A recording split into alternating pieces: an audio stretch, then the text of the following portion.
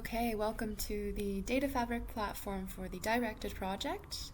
We're just going to do a little short demo today within the Copenhagen Capital Region Real World Lab.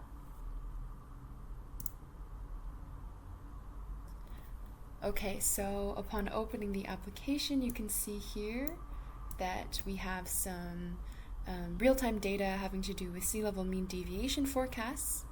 And this was specifically targeting our emergency management services stakeholders within this lab.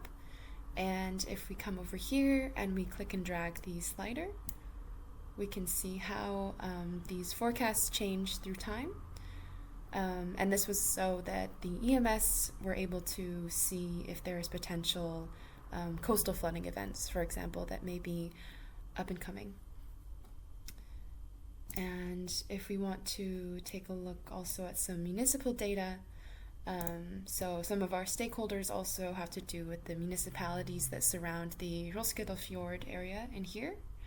So if we come to maybe Frederiksund, for example, and we click on the Safer Places model, we can see some static climate change forecasts for the future.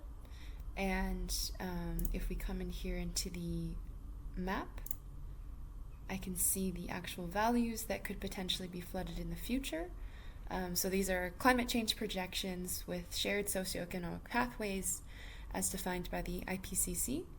And these are with a return period of 100 years for the years or the time frame between 2071 and 2100.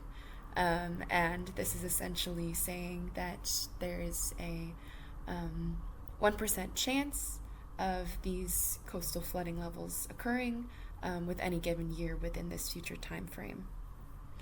And if we want to actually compare these visually, we can also come over here to this layer swipe function. And if I put this SSP2 on the left and maybe SSP3 here on the right, and then we come down here to the layer swipe functionality, I can then also get a visual comparison of these two different data layers. And again, just clicking in the map, also see those individual pixel values. Yeah, so thanks a lot for watching. I hope you enjoyed and that this gave you a little bit of insight into the data fabric.